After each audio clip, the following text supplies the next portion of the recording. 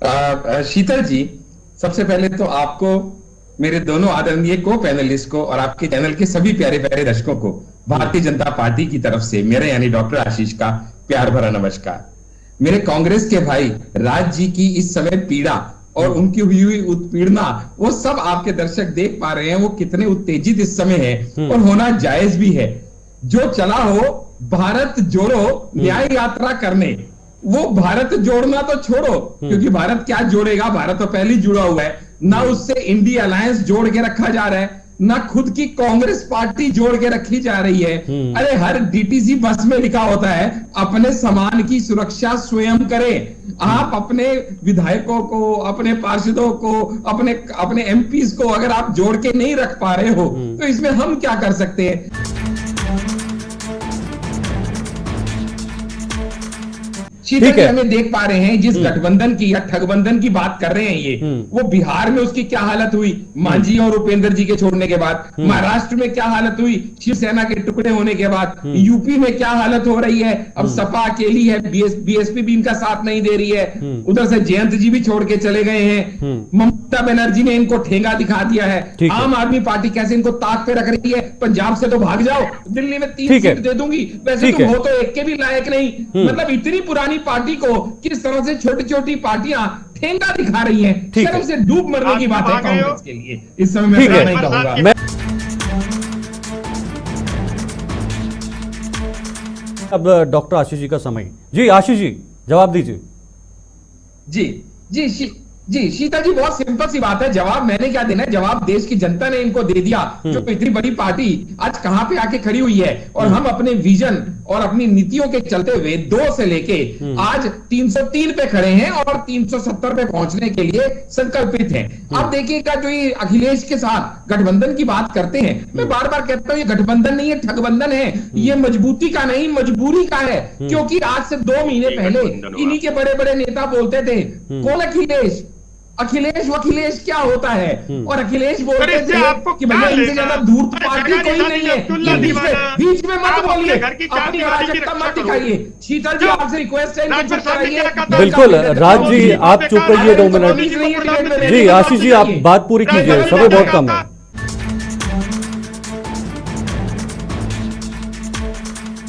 आशीष जी बात पूरी कीजिए। आप इनको चुप कराइए पहले। बिल्कुल राज शर्मा जी, 2 मिनट रुके आप। आशीष जी बात पूरी कीजिए, समय कम है। मैं वोटर भी हूँ। ये गलत बात है शीतल जी, मेरा टाइम आप इनको दे देंगे, इनका फेड डाउन कीजिए, मेरा टाइम मुझे दीजिए।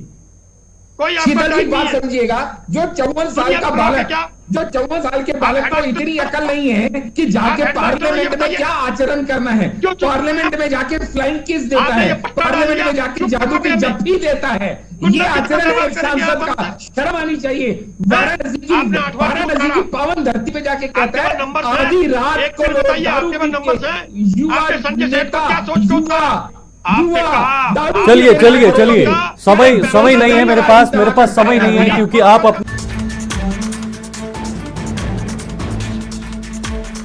हम बात भारत की में चर्चा करेंगे इंडिया अलायंस को लेकर कि आखिर सपा के बाद आम आदमी पार्टी के साथ जो गठबंधन सीट शेयरिंग पर जो सहमति हुई है, उसके बाद इंडिया गठबंधन कितना मजबूत हुआ है और आने वाले लोकसभा चुनाव में इसका कितना असर होगा। हमारे पैनलिस्ट, हमारे इस वक्त जो मेहमान हैं वो जुड़ गए हैं। सबसे पहले डॉक्टर आशीष हांडा जी बीजेपी नेता हैं, वो भी हमारे साथ जुड़ गए हैं। दूसरे मेहमान राज शर्मा जी हैं, कांग्रेस प्रवक्ता हैं, वो भी हमारे साथ बने हुए हैं। और राघवेंद्र त्रिवेदी जी हैं, राजनीतिक विश्लेषक हैं, वो भी हमारे साथ जुड़ गए हैं आपके टीवी स्क्रीन पर। सबसे पहले जो कांग्रेस के डॉक्टर आशीष हांडा जी हैं, कांग्रेस प्रवक्ता, माफ कीजिए राज शर्मा जी हैं, कांग्रेस प्रवक्ता, उनके पास चलना चाहेंगे। राज शर्मा जी, कांग्रेस की स्थिति क्या आपको लगता है थोड़ी सी यहाँ पर सुधरी है, थोड़ा सा यहाँ पर खेल वो कहीं ना कहीं जो पहले बिगड़ता हुआ दिखाई दे रहा था वो अब रास्ते और पटरी पे आ चुका है इंडिया गठबंधन का? देखो भाई, खेल कोई भी बिगड़ा हुआ नहीं था, पहले भी नहीं बिगड़ा था। मैं अक्सर यही बात कहता आया था कि खेल कभी ना बिगड़ा था ना बिगड़ेगा। और निश्चित मान लीजिए कि आज हमें लग रहा है कि भारतीय जनता पार्टी से लोगों को लगता है या मीडिया को लगता है कि जनता खुश है, लेकिन जनता खुश नहीं। जनता सब देख रही है और आज की जनता बिल्कुल अपने हितों को जरूर देखती है। आज भारतीय जनता पार्टी के पास, मुझे आप एक बात बता दीजिए कि भारतीय जनता पार्टी का कोई भी नेता देश में अगर बात करता है, उनका अगर आप भाषण सुन लीजिए तो वो विपक्षी दलों को गालियां देता है। मेरा मानना है आप भाषण दीजिए, आप कमियां गिनाइए कि हमने ये अच्छा काम किया, ये किया, ऐसा किया, ये समझाइए।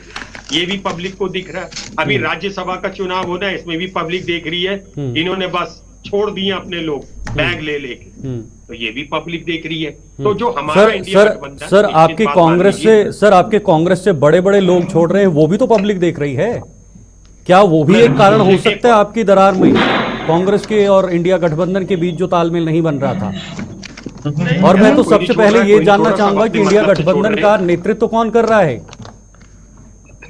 शीतल भाई, एक चीज मैं बता दूं, आज की राजनीति में मैं पार्टी का प्रवक्ता हूं, लेकिन मेरी अंतःकरण की आवाज भी है। आज की तारीख में किसी भी विधायक, किसी भी सांसद का अपना कोई एक मतलब एक क्या करूं, दीन धर्म भी अच्छा नहीं लगता सांसद है नहीं रह गया। पहले एमपी होता था, एमएलए होता था। आज ये सब लोग लाइजनर बने, ये कुछ काम नहीं कर रहे। आप मुझे बता दीजिए कि अभी भारतीय जनता पार्टी के प्रवक्ता जब कहेंगे इनकी आने वाली स्क्रिप्ट बता दूं, क्या कहेंगे? मोदी का विजन। अरे जब मोदी जी का ही विजन है तो सारे एमपीओ को तनख्वाह देना, उनके खर्चे उठाना, क्या मतलब है? बताइए, मत उठाओ आप अपने मुझे बताइए ना। आज एक भी किसी पिछले 10 साल में एक भी मंत्री ने ये कहा कि ये मेरा भी विजन था। आज मैं अभी किसी पेपर के उसमें उनका प्रोग्राम था, उसमें भी गया था, कोरी झूठ बोल रहे थे वहां के मेयर। उत्तर प्रदेश के लोक निर्माण मंत्री क्या कह रहे थे, बड़ी शर्म की बात है, जो कि हमारी कांग्रेस से गए, वो कह रहे आज से जब 20 साल पहले मैं आता था रोड नहीं थी। इत्तेफाक से मैंने कहा नहीं, अच्छा नहीं लगता था। ठीक है जबकि उनके पिताजी ही मंत्री थे। ठीक है राज शर्मा जी, आप तो कोसेंगे ही, लेकिन फिलहाल कांग्रेस में कौन राज कर रहा है कितने सालों से, वो भी सब देख रहे हैं। फिलहाल डॉक्टर आशीष हांडा जी हमारे साथ बीजेपी के प्रवक्ता बने हुए, बीजेपी के नेता हैं, उनके पास चलना चाहेंगे। डॉक्टर आशीष जी, आपने सुना कांग्रेस के प्रवक्ता कह रहे हैं कि बीजेपी के नेता इस तरह से कह रहे हैं, या जो भी है, या मैंने सवाल किया कि क्या इंडिया गठबंधन को मजबूती मिली है, क्या इंडिया गठबंधन वापस लौटा है पटरी पर? ये तो कह रहे हैं कि हम इंडिया गठबंधन पहले से ही मजबूत है, कोई इसमें दरार नहीं थी। इंडिया गठबंधन में सपा के आने के बाद और साथ ही साथ आम आदमी पार्टी के आने के बाद बीजेपी के सामने कितनी बड़ी चुनौती है? शीतल जी, सबसे पहले तो आपको, मेरे दोनों आदरणीय को पैनलिस्ट को और आपके चैनल के सभी प्यारे प्यारे दर्शकों को भारतीय जनता पार्टी की तरफ से मेरे यानी डॉक्टर आशीष का प्यार भरा नमस्कार। मेरे कांग्रेस के भाई राज जी की इस समय पीड़ा और उनकी हुई उत्पीड़ना, वो सब आपके दर्शक देख पा रहे हैं, वो कितने उत्तेजित इस समय है, और होना जायज भी है। जो चला हो भारत जोड़ो न्याय यात्रा करने, वो भारत जोड़ना तो छोड़ो, क्योंकि भारत क्या जोड़ेगा, भारत तो पहले ही जुड़ा हुआ है ना। उससे इंडिया अलायंस जोड़ के रखा जा रहा है, ना खुद की कांग्रेस पार्टी जोड़ के रखी जा रही है। अरे हर डीटीसी बस में लिखा होता है अपने सामान की सुरक्षा स्वयं करें। आप अपने विधायकों को, अपने पार्षदों को, अपने एमपीज को अगर आप जोड़ के नहीं रख पा रहे हो तो इसमें हम क्या कर सकते हैं? सर, आरोप तो आप पर भी लग रहे हैं, राजनीतिक भविष्य आरोप। डॉक्टर आशीष जी, आरोप तो आप पर भी लग रहे हैं तोड़ने के। चोटे उठा सकते हैं। राज भैया बीच में नहीं बोलेंगे, मैं आपकी बात, मैंने राज जी एक मिनट रुके आप। डॉक्टर आशीष जी बात पूरी कीजिए। आदर से सुनी, आप भी वैसे ही सुने। डॉक्टर आशीष जी आप बीच में नहीं बोलिए, मेरी बात जल्दी से एक ब्रेक भी लेना है, उसके बाद मेरे साथ राजनीतिक विश्लेषक भी बने हुए हैं। जी डॉक्टर आशीष जी ठीक है। हमें देख पा रहे हैं जिस गठबंधन की या ठगबंधन की बात कर रहे हैं ये, वो बिहार में उसकी क्या हालत हुई मांझी और उपेंद्र जी के छोड़ने के बाद, महाराष्ट्र में क्या हालत हुई शिवसेना के टुकड़े होने के बाद, यूपी में क्या हालत हो रही है, अब सपा अकेली है, बीएसपी भी इनका साथ नहीं दे रही है, उधर से जयंत जी भी छोड़ के चले गए हैं, ममता बनर्जी ने इनको ठेंगा दिखा दिया है, आम आदमी पार्टी कैसे इनको ताक पे रख रही है, पंजाब से तो भाग जाओ, दिल्ली में 3 सीट दे दूंगी, वैसे तुम हो तो एक के भी लायक नहीं। मतलब इतनी पुरानी पार्टी को किस तरह से छोटी छोटी पार्टियां ठेंगा दिखा रही हैं, शर्म से डूब मरने की बात है कांग्रेस के लिए। इस समय मैं नहीं कहूंगा। मैं एक छोटा सा ब्रेक लेता हूं, आप दोनों को रोकना चाहूंगा, एक छोटा सा ब्रेक लेता हूं, फिर मैं जाता हूं। मैं हमारे जो राजनीतिक विश्लेषक राघवेंद्र त्रिवेदी जी बैठे हैं, दोनों का जवाब उनसे लूंगा, लेकिन पहले समय एक छोटे से ब्रेक का है। ब्रेक के उस पार बात भारत की में चर्चा जारी रहेगी।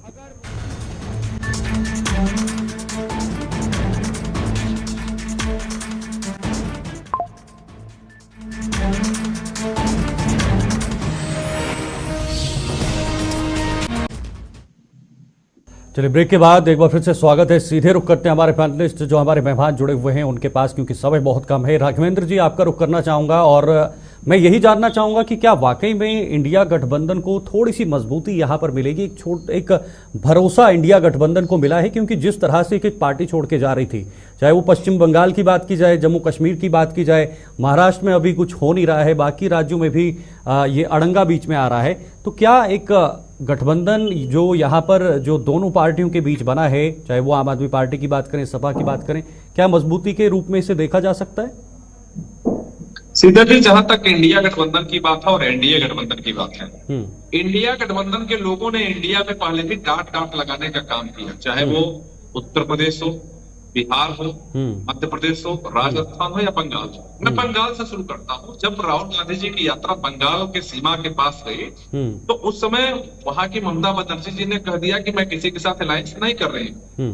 दूसरी बात, जब बिहार के सीमा में आए तो उसके पहले नीतीश कुमार जी, जो नीतीश कुमार जी अगुआ थे इंडिया गठबंधन के, वही चाय पानी नाश्ता शुरुआत कराए थे पटना से, और सारे दलों को एक मंच पर इकट्ठा करने का श्रेय नीतीश कुमार जी को जाता है। लेकिन हुआ क्या, लास्ट मोमेंट तक उनको संयोजक तक नहीं बनाया गया। नीतीश कुमार जी नाराज होकर एनडीए का दामन थाम लेते हैं, और आज के डेट में इंडिया की स्थिति यह है कि 26 दलों के साथ गठबंधन हुआ था। कांग्रेस के प्रवक्ता बड़े भाई राज शर्मा बैठे हैं, 6 पार्टियों के नाम नहीं बता पाएंगे। क्या कांग्रेस के सामने अब मजबूरी बन गई है इसको इकट्ठा रखना? नहीं, अभी तो सबसे बड़ी समस्या है इकट्ठा रखना। दूसरी बड़ी समस्या है सीट की समझौता। देखिए, कोई भी चुनाव होता है ना, वो नीति नियत नेता और कार्यकर्ता पर डिपेंड करता है। कांग्रेस पार्टी के पास देश के सबसे बड़े राज्य उत्तर प्रदेश 80 लोकसभा की सीट है, इनके पास क्षमता होनी चाहिए थी कि अकेले लड़े, 80 सीटों पर लड़े। समाजवादी पार्टी ने अलायंस के नाम पे इनके साथ धोखा किया और सभी सीटें जो हारने वाली हैं वो कांग्रेस को दिया, चाहे वो बनारस हो, चाहे वो देवरिया हो, चाहे वो बाराबंकी हो, चाहे वो बांसगांव हो, चाहे वो महाराजगंज हो। समाजवादी पार्टी हमेशा छल करने का काम करती है, और समाजवादी पार्टी के झांसे में कांग्रेस पार्टी आ गई। इसके बावजूद कांग्रेस के जो दिग्गज नेता हैं, जो राष्ट्रीय स्तर के नेता हैं, चाहे वो सलमान खुर्शीद हो या तमाम ऐसे लोग, जिनका जो सीट था वो सीट शेयरिंग समाप्त हो गया, तो वो अंदर खाने में भी वो नाराज है, और बाहर की स्थिति यह है कि इनको 17 सीट पर भी प्रत्याशी नहीं मिल रहे हैं। यही स्थिति दिल्ली की है, यही स्थिति पंजाब की है, यही स्थिति हिमाचल की है, यही स्थिति राजस्थान, मध्य प्रदेश और गुजरात की है। तो मुझे लगता है कि ये चुनाव एक तरफा चुनाव हो गया है। देश के तमाम राजनीतिक दल अभी भी एनडीए मोदी जी की अगुवाई में जाने के लिए लाइन लगाए हुए हैं, बस उधर से हरी झंडी मिलने की इंतजार है, क्योंकि सब लोग जानते हैं कि इंडिया अलायंस के पास कोई नेता नहीं है, कोई चेहरा नहीं है, कोई नीति नहीं है, केवल छलावा का काम है। जी, राज शर्मा जी, आप सहमत हैं राघवेंद्र जी से, इनकी बातों से? बिल्कुल भी नहीं।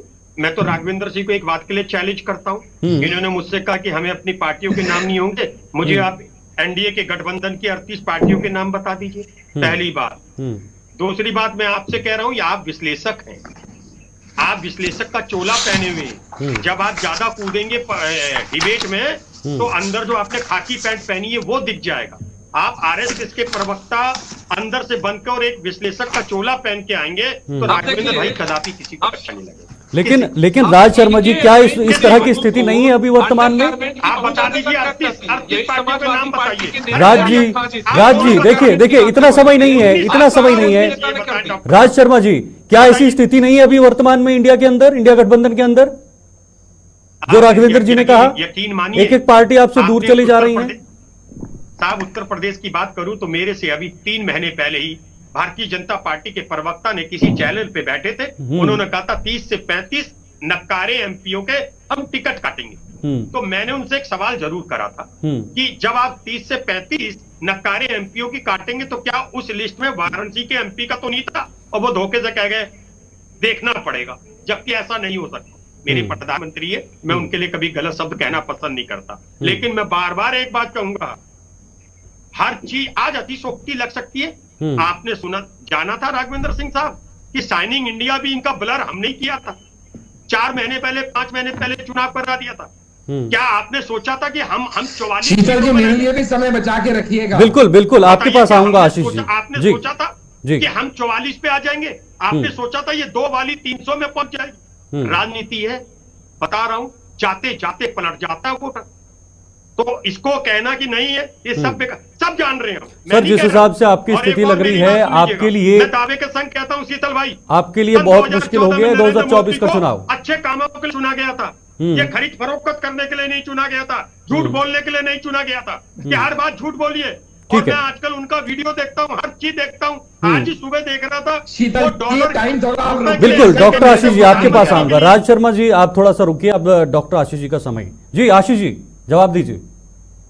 जी शीतल जी, बहुत सिंपल सी बात है। जवाब मैंने क्या देना है, जवाब देश की जनता ने इनको दे दिया। जो इतनी बड़ी पार्टी आज कहां पे आके खड़ी हुई है, और हम अपने विजन और अपनी नीतियों के चलते हुए 2 से लेके आज 303 पे खड़े हैं और 370 पे पहुंचने के लिए संकल्पित हैं। अब देखिएगा, जो ये अखिलेश के साथ गठबंधन की बात करते हैं, मैं बार बार कहता हूं ये गठबंधन नहीं है, ठगबंधन है। ये मजबूती का नहीं, मजबूरी का है। क्योंकि आज से 2 महीने पहले इन्हीं के बड़े बड़े नेता बोलते थे, कौन अखिलेश, अखिलेश क्या होता है, और अखिलेश बोलते थे कि भैया इनसे ज्यादा दूर पार्टी कोई नहीं है। बीच में मत बोलिए, अपनी अराजकता मत दिखाइए। शीतल जी आपसे रिक्वेस्ट है, इनको चुप कराइए। बिल्कुल राज जी आप चुप रहिए 2 मिनट। जी आशीष जी आप बात पूरी कीजिए, समय बहुत कम है। आशीष जी बात पूरी कीजिए। आप इनको चुप कराइए पहले। बिल्कुल राज शर्मा जी 2 मिनट रुके आप। आशीष जी बात पूरी कीजिए, समय कम है। मानसिक संतुलन हिला हुआ है इनका। मैं वोटर भी हूँ। ये गलत बात है शीतल जी, मेरा टाइम आप इनको दे देंगे, इनका फेड डाउन कीजिए, मेरा टाइम मुझे दीजिए। शीतल जी बात समझिएगा, जो 54 साल का बालक, जो 54 साल के बालक को इतनी अकल नहीं है कि जाके पार्लियामेंट में क्या आचरण करना है, पार्लियामेंट में जाके फ्लाइंग किस देता है, पार्लियामेंट में जाके जादू की जप्पी देता है। ये आचरण है एक सांसद का, शर्म आनी चाहिए। वाराणसी की पावन धरती पे जाके कहता है आधी रात को लोग दारू पी के, युवा नेता, चलिए समय नहीं है मेरे पास समय नहीं है, क्योंकि आप अपनी बातों को अपनी बहस में ही करेंगे। फिलहाल एक आखिरी सवाल मेरा राघवेंद्र जी के साथ रहेगा, अगर हमारे साथ जुड़े हुए हैं उनके पास एक सवाल आखिरी में जाना चाहूंगा। राघवेंद्र जी आप हमें सुन पा रहे हैं? चलिए लगता है संपर्क टूट चुका, लेकिन इन सभी का बहुत बहुत शुक्रिया हमारे से जुड़ने